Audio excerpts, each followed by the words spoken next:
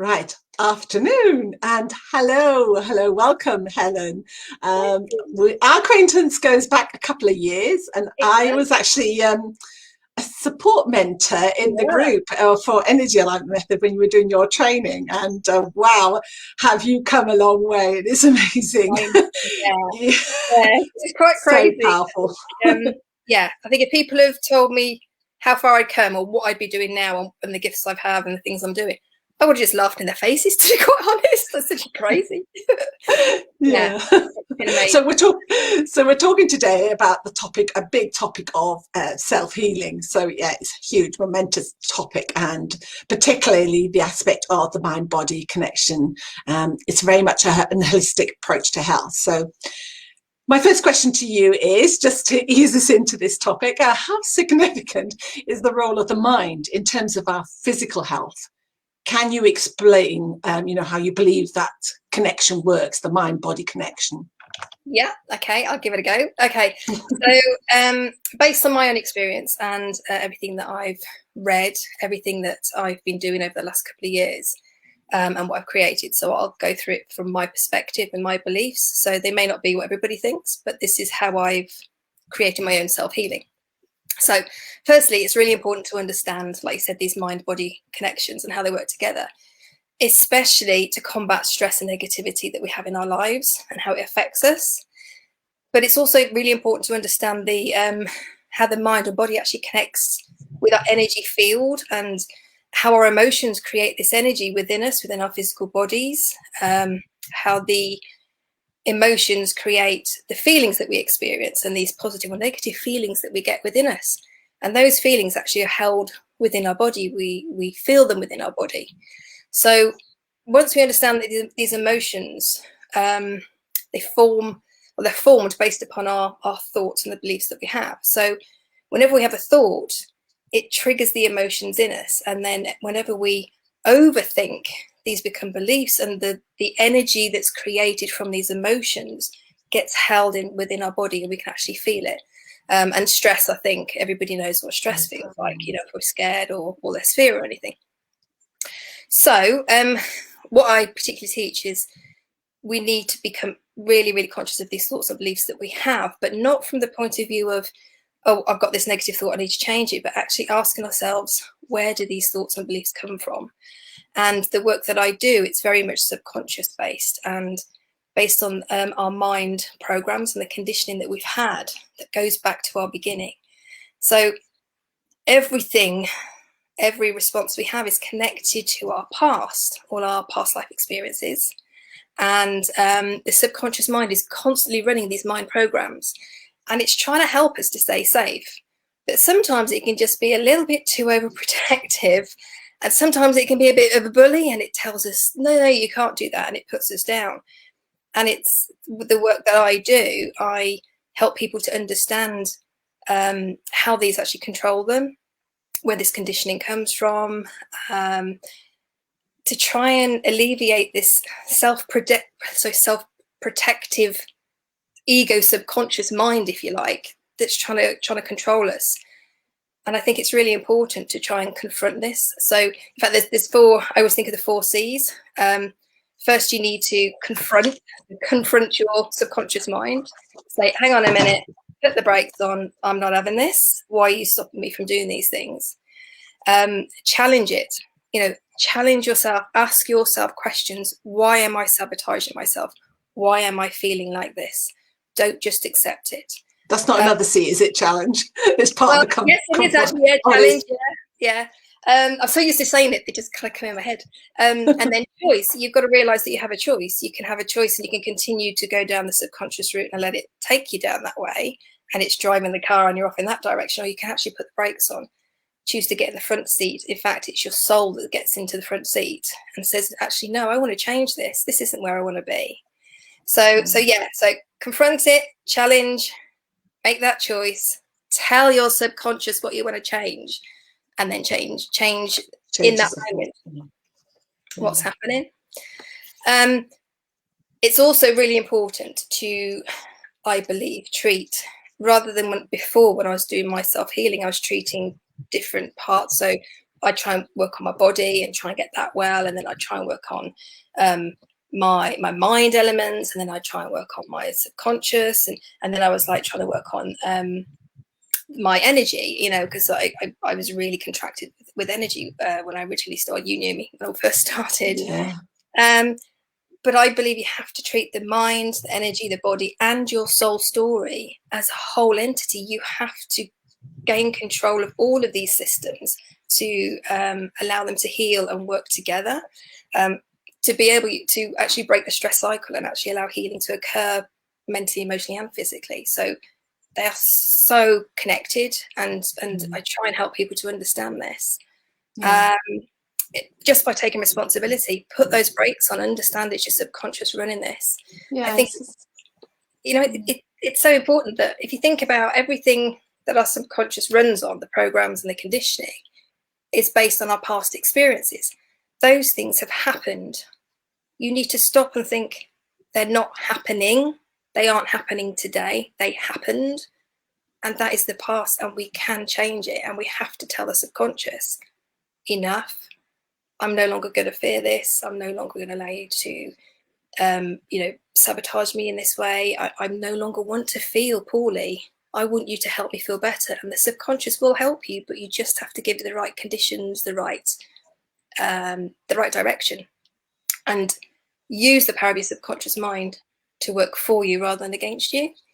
So yeah, there's a lot to it, but yeah, the mind-body connections are huge. And when I connected the mind, body, and the soul, and the energy, and everything together, everything changed for me. And I've created my modality to help people now and help them heal. So hopefully it help them to understand the importance of it all. I mean, just to let people truly understand how sort of not dark, but how much of a pain situation you were in previously, and how you managed to transform that, you know, what sort of self-healing journey did you undergo, you know, because I think to give it more of a graphic example, you know, as to how dramatic has been the change for you, you know, in seeing it from this new angle. Oh, totally. Yes, I think my story kind of shows what's possible once you actually grab the subconscious by the horns and start guiding it in the right direction, and start changing everything. And I really wish I knew sooner. Well, I know now, because I was actually poorly for nearly 19 years, actually, of serious chronic health problems. Are you allowed to say what sort of problems? Yeah, sure. No, I overcame. I mean, it's completely changed my life. I've overcome overwhelming anxiety, stress, big trauma, grief, so much loss and pain in my life. And my journey has been a physical and a mental healing, self-healing journey. I mean, I've had to let go of so much. Forgive. But you were subject to chronic fatigue syndrome as well, was it? Yes. Yes, it started in 1999 after a big trauma, and I ended up with fibromyalgia syndrome. And then from that, my health got worse and worse. My depression, my mental, I'd never had mental health problems before this. I'd always been quite positive, and I'd never had any issues. Well, I say that actually when I started doing the work, I had a lot of issues of anxiety and panic attacks, but in my school day, they weren't seen. I wasn't allowed to talk about them, and I always buried how I felt. And this was my problem. I buried so much of my past worries and traumas and anxieties and emotions. I couldn't express myself, and everything had been so buried. And every time you bury something, it's held in your body, and it stays held. And this is what connects to all the different stresses. You know, what they say is like 90% of illnesses and diseases are connected to stress, and mine was indeed connected to all the different stresses that I'd had and I buried. And my body just had enough, and it got to the point, and it just said, you know what, you're not listening, you're not healing yourself, you're not looking after yourself mentally, and physically I was fine, but mentally I just wasn't. And my body, it really did throw a massive spanner in the works. And after the final trauma I had, where I lost my son, and everything happened from then. And it was 21 miserable years, to be quite honest. But I've managed to get through it and broke away from it all now, which is brilliant.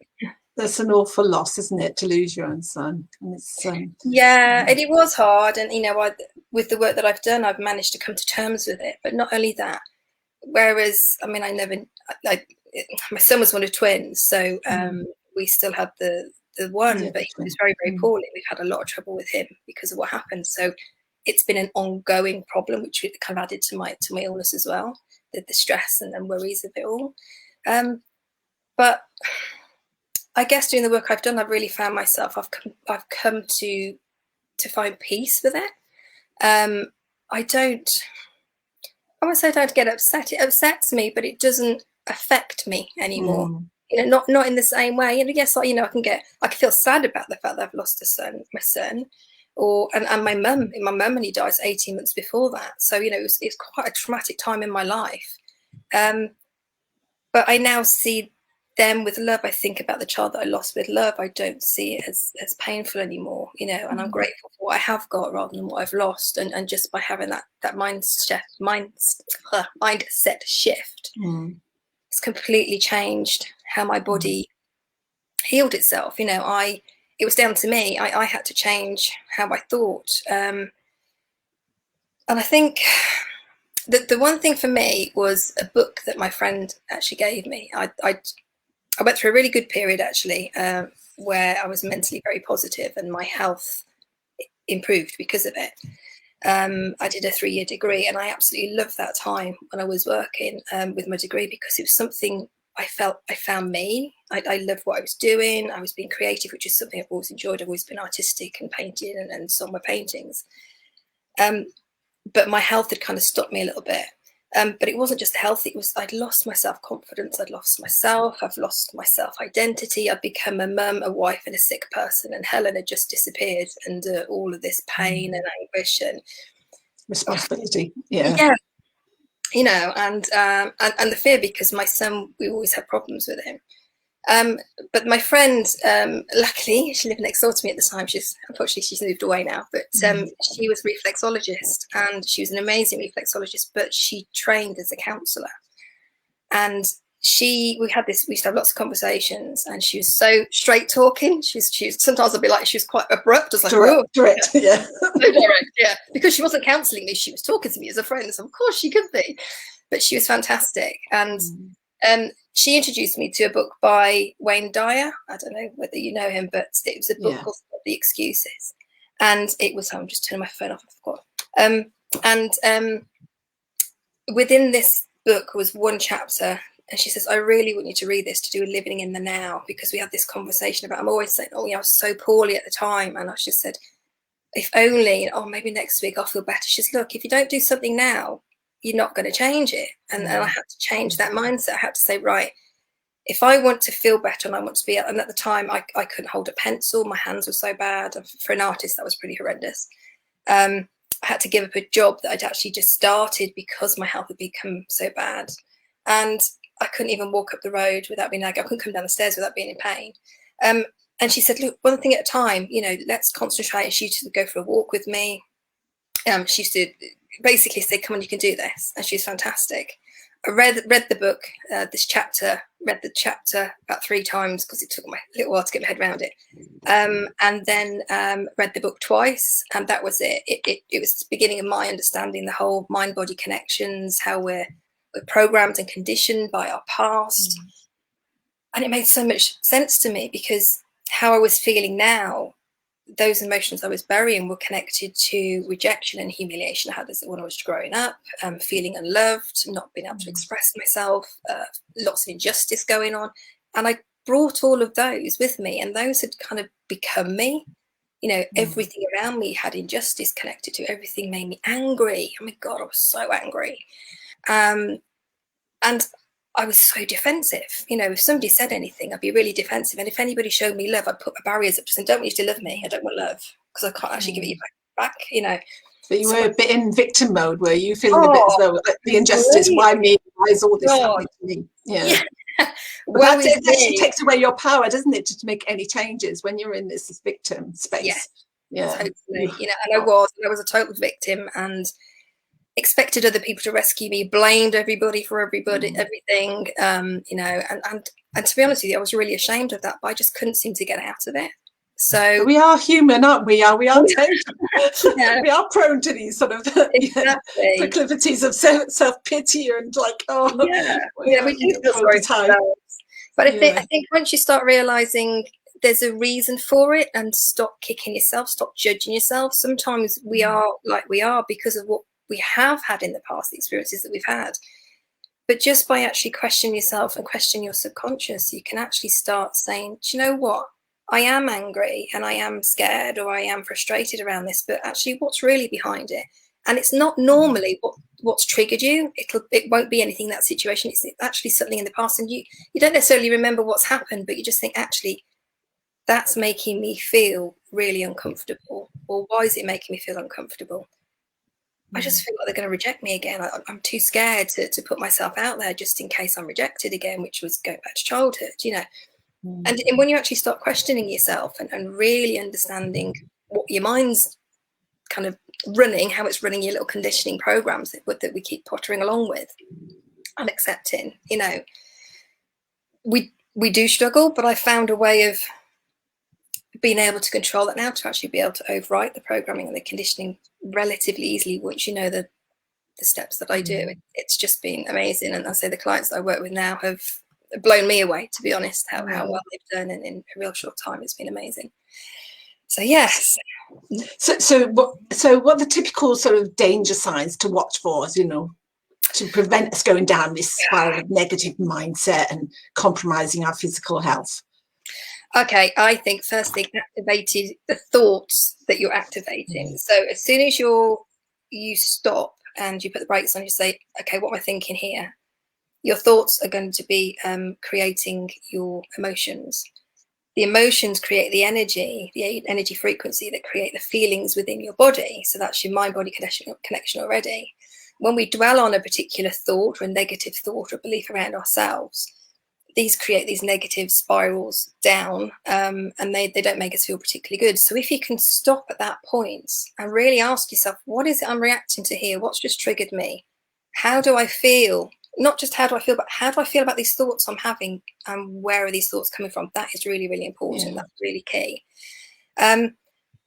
Your subconscious mind is very good at playing back everything that you're thinking at that point in time. It doesn't take long for those to be programmed in you and for your subconscious to reuse the way that you're thinking at that time.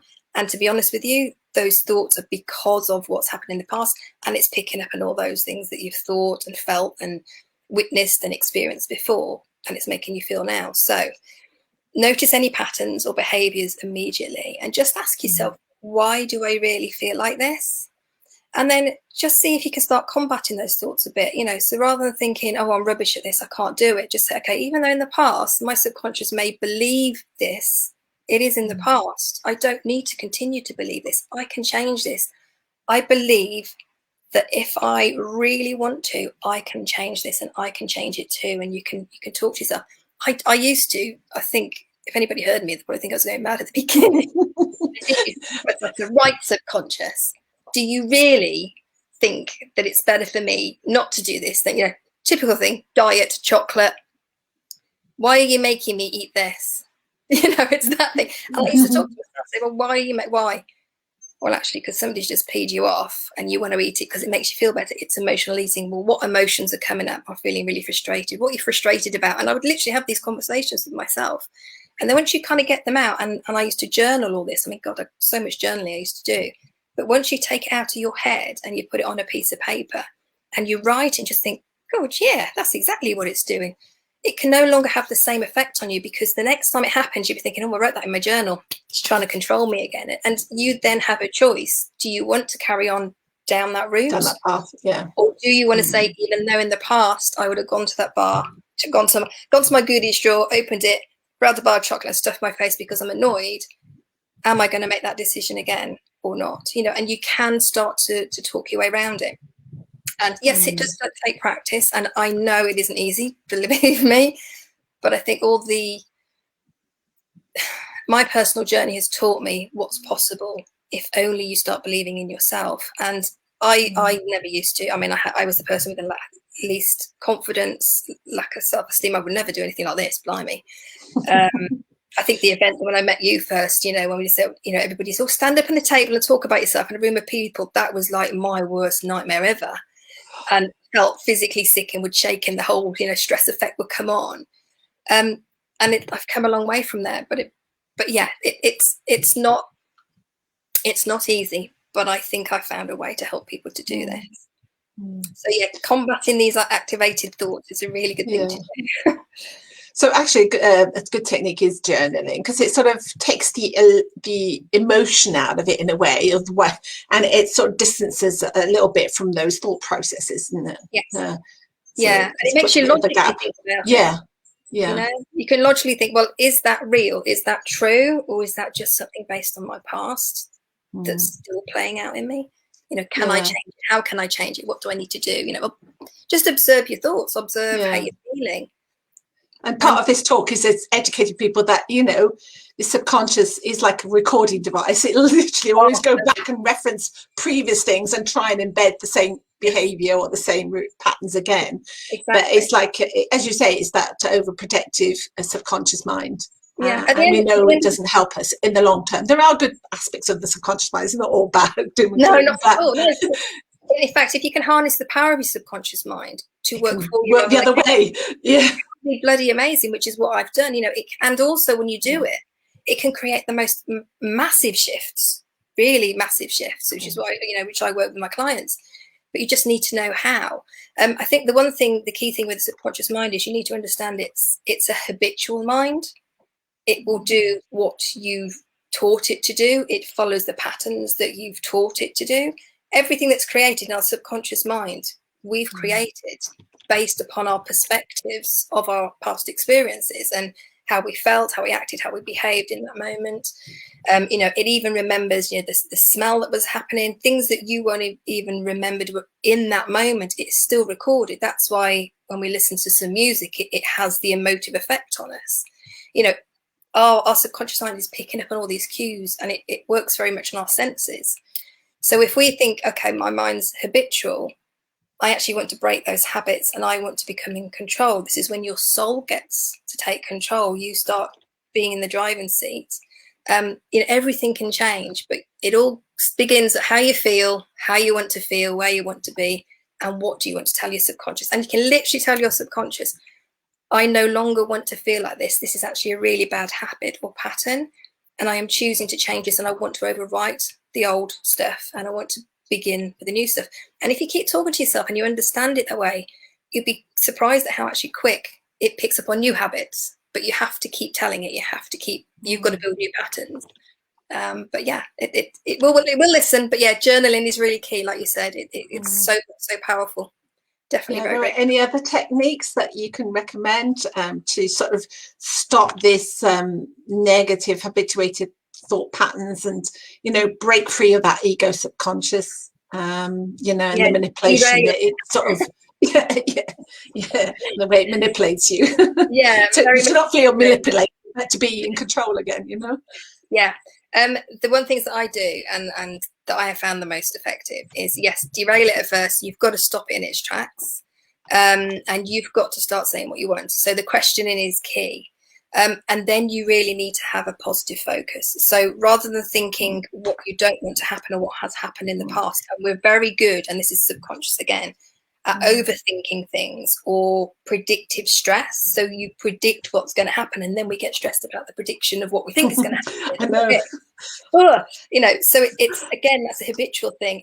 And we need to stop thinking about what might happen that's bad and actually say, well, actually, do you know what I want to happen is this is the outcome, and I'm going to do these things, these actions, you know, take responsibility for these things, and I'm going to start moving forward in the right direction. Okay, I may not always get it right, but I am moving in this direction, rather than saying, oh God, this has happened before, I've been a failure, I never succeeded at anything, I'm rubbish at that. You know, you need to stop all the negatives of what you think you're not and change them. I think understanding how you identify with yourself actually is a really good tip as well. So write down, you know, what do you think about yourself?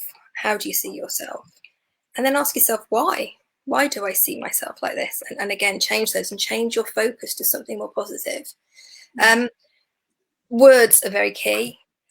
with the work that I do, the power of words I was going to speak. say the power of words. They have an energy of their own. Yeah, Oh very my goodness, forceful energy. massive amounts of energy behind them. Mm. And if you can put powerful words into your habitual mind, guess what it's going to do? It's going to start helping you to find those things, those feelings, the words that you're saying, the intentions that you're setting, and the focus. And if you can also imagine how that would feel, and what's going to happen when you get there, and feel it within you, the feeling is so key. And keep focusing on that and stop worrying about the past. You know, you can't change the past. It's gone, no matter how traumatic it was, or how much it's held you back in the past. It doesn't have to hold you back anymore, and you can move forwards. I think for me, I sometimes say to clients, you know, even if you don't believe the positive thoughts that you're changing this to, it doesn't still works. Fake it until you make it. Your subconscious has no idea the difference between a joke, truth, and or fact and fiction, isn't it? Yeah, exactly. So as long as you're saying the right words, and even if you don't necessarily believe them at the beginning, once you keep saying them to yourself, you'll start to believe in them, and you'll start taking back control. Actually, I've got some examples that I think I'll share. It's a bit similar to affirmations, isn't it? But like we choose a certain outcome, or choose to feel a certain way, or to experience a certain thing. I think with it though, you need to think of it not just I'm choosing to do this. It's subconscious. I no longer want to feel this way. I am choosing to change how I used to feel, and now I'm changing. So it's almost right. So it's the transition. Yes, it's almost like saying, I understand that in the past, even though I had these things, that isn't the choice. I don't want to be running on these old programs and this old conditioning that's happened in the past. I don't want to be fearful because of things that have happened in the past. I choose to replace and overwrite these things now. I'm overwriting these negative thoughts. You know, I choose to believe that I can be this, and I want to overwrite anything that says otherwise. You know, I choose to think that I can achieve this, and I'm going to overwrite anything that's in my past. But it's almost by making that distinction, your subconscious starts listening more. It's actually at a deeper level of thinking. It's not just you're changing it, you're telling it, and that's key. That's really, really key. So it goes beyond just an affirmation. It's like I said, that's why you need to ask yourself why you're thinking it. So if you know why you're thinking it, okay, well, this feeling caused me to feel this in the past, and that's connected to this episode. Okay, subconscious, I no longer want any of my thoughts, beliefs, and feelings, and the negativity that's created them, and the energy that's behind them. I no longer want those. I'm choosing to change my life for myself, and I'm taking control. And a good thing to say to yourself is, I am safe, because the subconscious is only trying to keep you safe. All right, yeah. So if you say to it, I am safe in this situation, I know it's not I don't like to go out of my comfort zone. I know I'm in my comfort zone here, and you're trying to keep me in my comfort zone. But actually, do you know what? For me to actually really have a great life, to enjoy myself, I need to leave the past behind me. I need you to stop trying to hold me back. I want to move forwards. You know, I'm in control of my mind. I choose to believe what I can do. You know, I will be able to do this. I know I can move forwards. And I want you, subconscious, to actually help me to get there rather than holding me back anymore. And I know it sounds a weird thing to say to yourself, but this is what I did. And my thoughts and my thought pattern changed. And then every time I was doing these things, something would come up that would like help me move forward. So I'd forget that I'd been saying all these things to myself. And I did used to say them to myself quite regularly.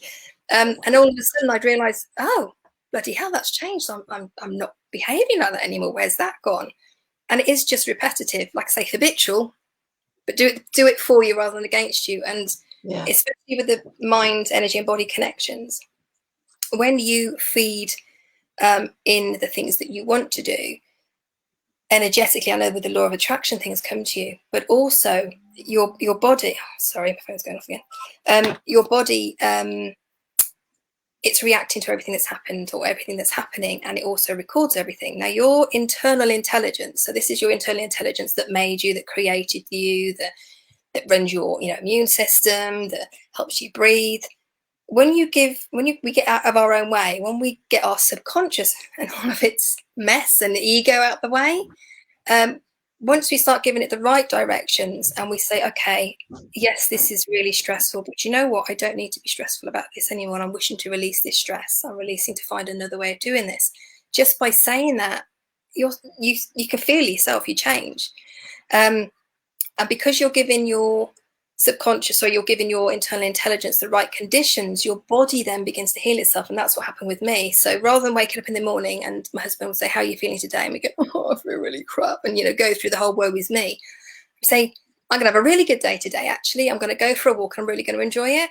And just by flipping it, I stopped talking about how I actually felt and started talking about what I wanted to happen.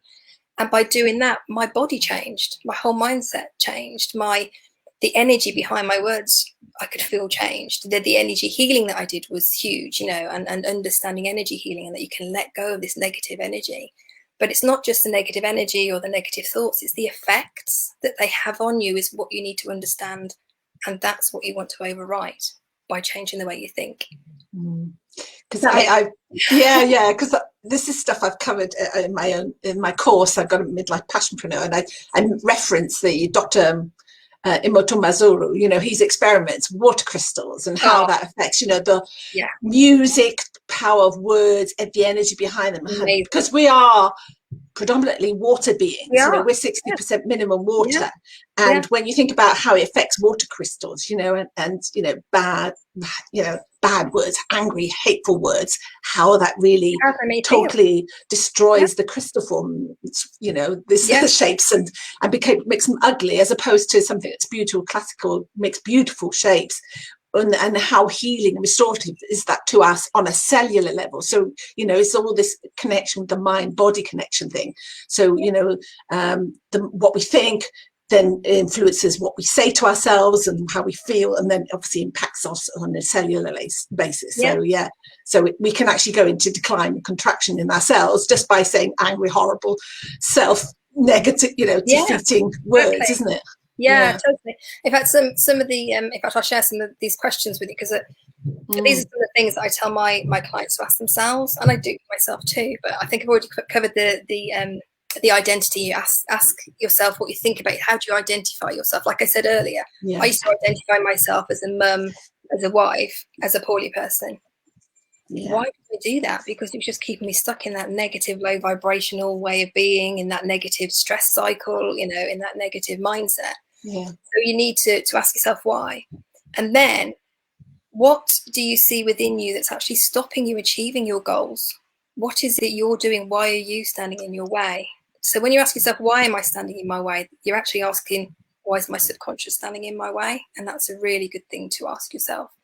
And then, you know, when you write this down, to say, well, why am I doing this? The why and the what questions are so important. Another one is, what is stopping you from achieving or opening up to receiving the very things that you want? What is stopping you? Because sometimes we don't think about what's stopping us. We just go along with life. Or what are you denying yourself? You know, why are you denying yourself these things? What is it you're actually denying when we're sabotaging ourselves? So say, go back to eating a bar of chocolate. What are you denying yourself? I'm denying myself a healthier life. You know, I'm denying myself better skin. I'm denying myself a slimmer body. Why am I doing this? Tell me again. Why am I sabotaging myself? And try and find out what's behind it. Just say, I don't want to sabotage this anymore. Subconscious, I'm ready to shift. And once you identify yourself, it's like having the angel and the devil on your shoulder. It's almost having, you've got ego, subconscious up there, and your soul self on this side, and you're having a little bit of a chat between you. So, well, I don't want to do that anymore. I want to do this now. Come on, let's move on in this direction. Let's just erase the past and moving forwards. And by changing your mindset and thinking differently, it really does make a big difference. I think a big thing for me personally, and it will be for everybody, because when I work with people, it's the wounds that we've suffered in the past create the limitations that we struggle with now, that creates the resistances and the sabotage. So wounds which are really key to actually ask yourself, you know, especially when we're becoming defensive, or especially if we're trying to sabotage ourselves, is is this linked to me feeling rejected? Is this linked to me feeling abandoned? Is it connected to me feeling there's an injustice happening here, or I'm being betrayed in some way? What's happened in the past? What am I picking up on here that I'm not trusting? Mistrust is a big thing as to why we don't do things. Also, humiliation was a big one. You know, if you feel humiliated in any way. And there's one more and I can't think of it. it'll come to me later. So yes, those are really good wounds to actually look into, you know, what has happened in my past. And these wounds are opened at childhood, and we just bring them with us into our adulthood. And if we can understand how we're feeling now and just say, God, I'm feeling really rejected by something somebody's just said. Where's rejection in my past? Do you know what? I actually want to release all the rejection I've had in my past. I want to step into my future now. I don't want to carry that baggage with me anymore. I'm ready to find hope. I'm ready to find peace. I'm ready to find freedom from all of this now, and I'm ready to move forward, and this is where I want to go. And start talking to yourself like that, and your subconscious will start taking you in that direction and raise your energy levels, change your mindset, release your stress that you're under, and it will just keep changing and healing. Positive words heal you. Negative words, they have the opposite effect, and they create stress. Yeah, that's interesting, because I I've got a few episodes in my childhood where I think, oh my God, yeah, I can identify a bit of humiliation or rejection, because in the nursery I was shoved to one side by a girl, and I wasn't allowed to play with the pram that she was pushing me off the pram I was playing with. And it may seem trivial now, but actually that starts forming the wound, doesn't it? And then our subconscious actually then layers that, doesn't it, by finding other similar experiences. Exactly. It just keeps pulling on them until we've got so many hundreds of these different experiences, and then they run us. They become our programming and our conditioning. And it's not just from childhood. It can be from anything to do with our upbringing, whether it's parents or school or whoever's taught us things. You must behave like this, you should do this, all these rules and these labels and everything that we should do, and we become them because we think we should. I think anything that you do and you just think, oh, I don't agree with this, but I know I should do it, or I must do it because it's expected of me. Expectations on us can be huge. And if you actually take a step back and say, actually, no, I don't agree with this. Why am I still doing it? Really question it. And then ask yourself, well, what do you want to do? What do you believe in? And start going down that path. And I think for me personally was, as soon as I started following the route of things that I loved, that I was passionate about, that made me happy, everything changed. If you keep doing things that aren't the opposite to that, then you just get more and more down the negative spiral, and you become so stuck. And it almost becomes a self-fulfilling prophecy. All these thoughts and beliefs and feelings become self-fulfilling. We become them, the frequency of them, we become it, and we become so addicted and entrenched in it and embedded in it, and we're living as it. It's really hard to get out of it, and you have to do it one step at a time, just by your thoughts, and start trying to pull yourself in the right direction. And the way I work, I sort of structure it a little bit more. I've made it a little bit more simple, and I guide people into the questions they need to ask. And so if you wouldn't mind at this juncture then to just talk about this. You called it a ballistic healing method, is it? Is it no, it's holistic. I think that's my spelling. Oh, sure, typing, because I looked at it and I'm thinking it's like forceful or something. No, it's holistic. The big part of me didn't check it properly. That's fine. So it's actually called BEMASS, what I do, and this is literally what I've been talking about. BEMASS stands for Body, Energy, Mind and Soul Story. It's about healing our soul story, about using the body, energy and mind to create these changes. So it's a complete healing modality, so I don't just focus on one. It's actually simultaneously creating change throughout on many different layers and levels at once when I do the work, the 3 steps I work with people.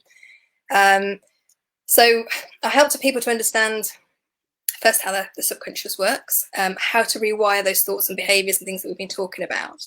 I have been working on one-to-one basis with people for the last couple of years now. Started off with what I've been doing for myself, and I was talking to friends. It started off with friends, and it's kind of gathered pace from then. And I've got really lovely regular clients that pass my information on, and not many clients come more than a couple of times, because once I've taught them it, they don't need me anymore. I'm surplus to requirements. Of your own success. But that's fine. That's absolutely fine. But the thing is, I do spend a lot of time on one person. The big thing that I found, I say, with my journey, my self-discovery journey, is I found that I'm intuitive. So I'm an intuitive healer, and I help people to understand what's actually keeping them stuck, what's stopping them from moving forwards. I can actually read them. I can read their body, if I can feel where the energy's stuck within their body, and then I can work out what emotions are actually connected to that. And I can even go back in their subconscious and their soul story, and I can say, okay, something happened when you were 5 years old, these emotions have come up, what was that connected to? And by asking them these questions, we don't go into any trauma, and I start helping. So then from all the information, the investigations that I do personally, we and they fill in a questionnaire too. So I help them to shift all these negative traits that are coming up, all the negative emotions, start releasing the negative energy. So it releases the negative energy, the negative energy effects. It also heals the actual your chakras, your body systems, clears your aura layers. It helps you to just balance your body system. And it helps you to release the stress that's causing all these problems. So people come to you and say, I'm really, really stressed, I can't cope. Within one session, their stress is gone. And they're starting to do that. They're in that phase of healing as opposed to the destructive phase of the subconscious, which is causing all the problems. I do distance healing as well, and help people with the guided journaling. So I do give people the questions that they need to ask about themselves. And I've just found the way I work is amazing. The results that I'm having back from people and the testimonials have just been completely blowing me away. So I'm now trying to take the knowledge that's in my head and all the books that I've read, or the videos I've watched, everything around this field, or the experts. I'm absolutely engrossed. In fact, I think I'm addicted to learning and learning and learning. I'm constantly buying new books and want to know more and more. But I also I do not just practical help, but spiritual help as well. So I've become a very non-spiritual person to be a very spiritual person, and help people in ways that I didn't think I could. And a lot of that's hands-on healing, and I do a lot of distance healing where somebody's had a really bad trauma, and I will go through what I found, and I'll create a specific healing and targeting. I say meditation, it's not meditation as such, it's a release and healing statement that's talking to the soul and the subconscious and saying, right, this is what we're going to change.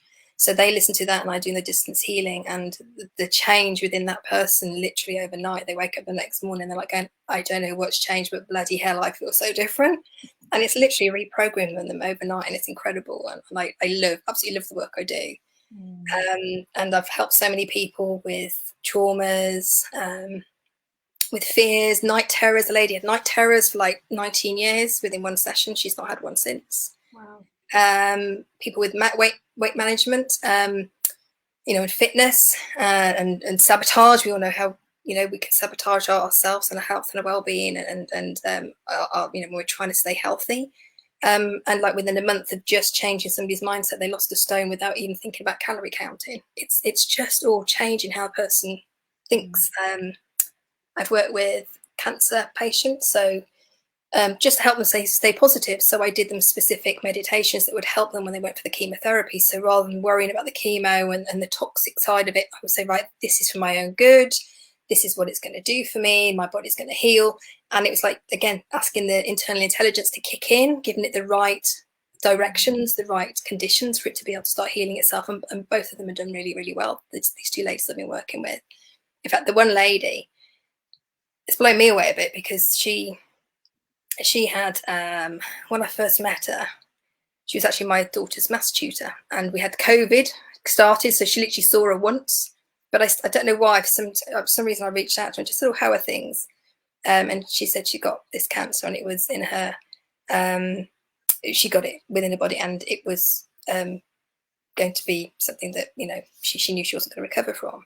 And I just started talking up about it. And she says, oh, if you could help me just to try and stay positive, I'm trying to do the chemo, and hopefully they can help me a little bit longer and slow it down. And I had a message from her.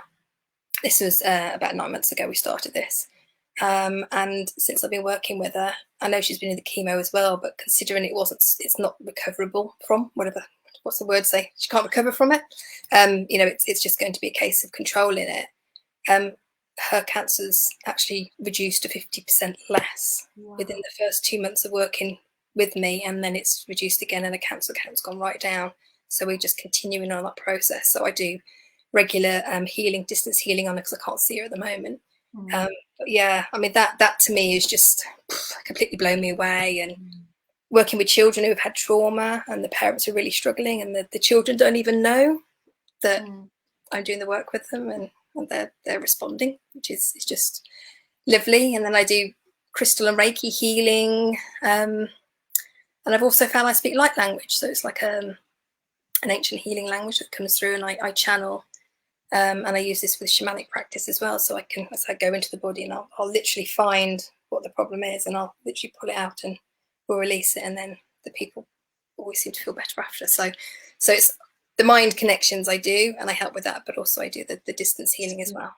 Yeah, which I love. It's nothing like, say, if somebody told me what I'd be doing a couple of years back, I'd have laughed at them. It's so bloody ridiculous. But really, it's the steps that I teach them, and what I do, which actually the programming, the reprogramming, the subconscious programming, because you can shift the negative energy at the time, but if you keep thinking of the same things, that negative energy is going to keep coming back.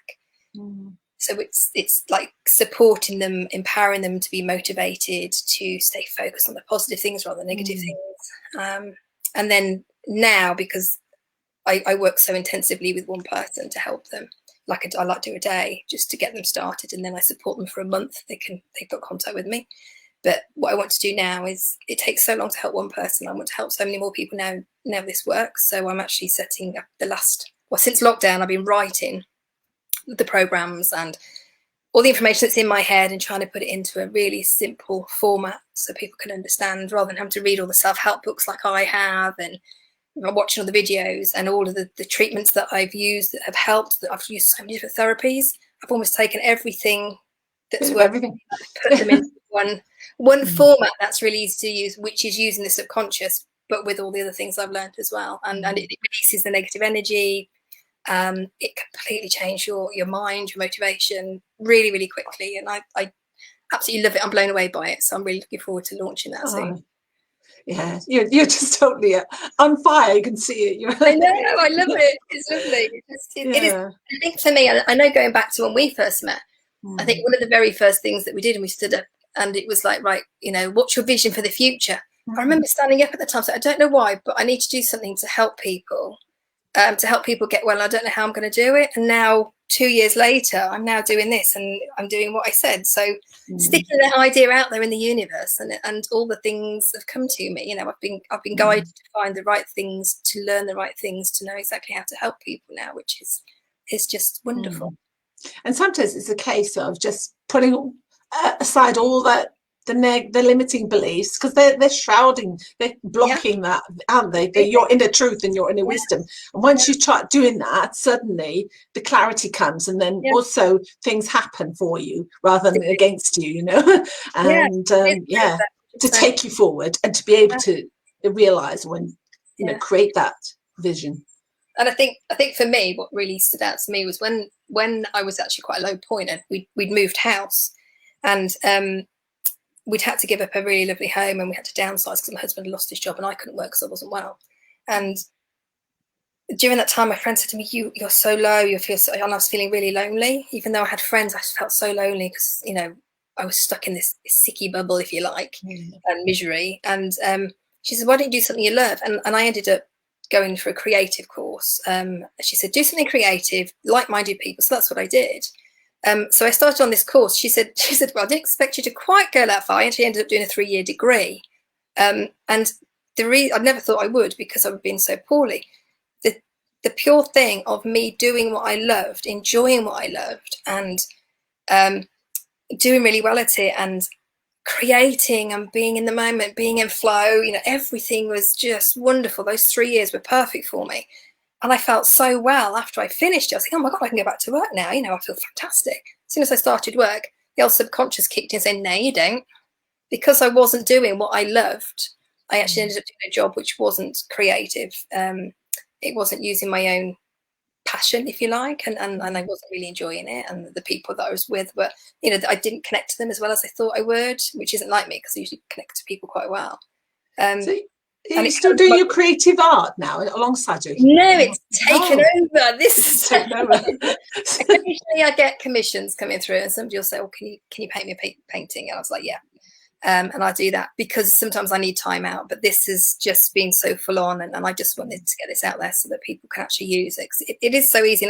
And one of going back to when I originally said, I want to help people, I want to do it in an affordable way. I don't want people to have to, I've paid, I reckon, over £10,000 over the years to try and get myself well. And I don't want other people to have to go through, A, the time it took me when you can do it so much quicker, but B, financially when you're not working, and we weren't well off at all. A lot of it was we were beans on toast fatigue kind of thing at sometimes. To be able to give somebody something, to give back, what I've learned and how I feel that's my purpose in life now. So yeah, the artwork's still there, and I will one day go back to it. And every now and then I do have a bit of a doodle, but yeah, I don't sell it anymore at the moment. But I will. I keep promising myself I will because I love it.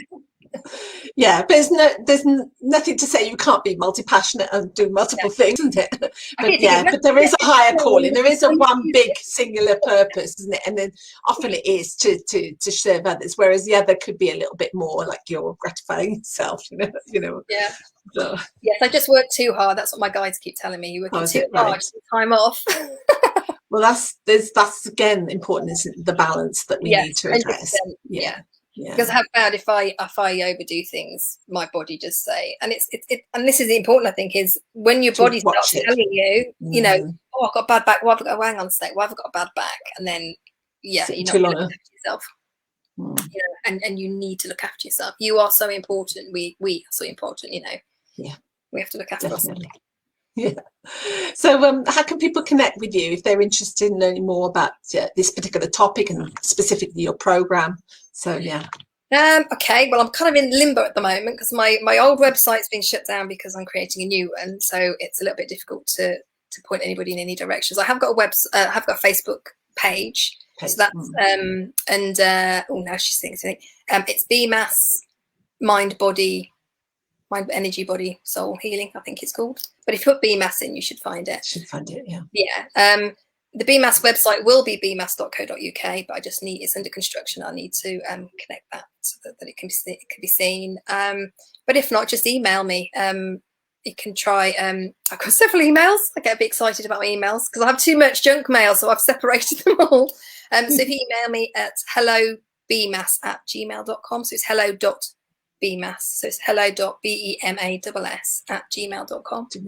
Yeah. Yeah. Okay. And then if anybody's interested in looking at these courses, the first program I'm going to be putting up is actually for stress, because I think at the moment that's what something needs. So everybody needs. So it will just be a general, let's just release the stress that your body's under. And there's a really healing targeting meditation and some guided questions for you to journal, which will then allow you to, basically everything that you write in your journal will release in the meditation. It's that powerful. And you can actually check if you're into energy healing and you know how to use your sway, you can actually check after whether everything's gone. And I know it works. But it's amazing. So you still use a bit of the energy alive method now and again? I don't sense so much. I don't need to sway anymore. Everything comes in my head. So it's just going like yes, no, yes. So intuitive. Forwards, back. Yeah. But I don't tend to use it with my clients so much because I want people to. You automatically, once you change your thought process, you change the energy as well, and you can shift the energy. This is why the meditation works, because the meditation shifts the negative energies around what you've written. So you don't have to tell people, but some people are like, well, how do I know it's gone? And then I do say to them, well, actually, let me just show you this little trick, technique. Yeah. And they're like, ooh. Yeah, it has the curiosity factor, doesn't it? Yeah, and pendulum as well. I work a lot with a pendulum. I'll say, similar thing. Yeah, use a pendulum rather than sway, and I just say, well, if it goes this way. So my pendulums I've given out, but people tend to like to use those, which is good. Yeah, brilliant. Thanks so much, Helen, for coming into the group today and being a ready victim for me. Not victim, no. I know. Lovely guest. I just to step up and share your wonderful story and your gifts and your insights and your knowledge on this subject, because it is quite an involved and it's not that straightforward always to talk about this material.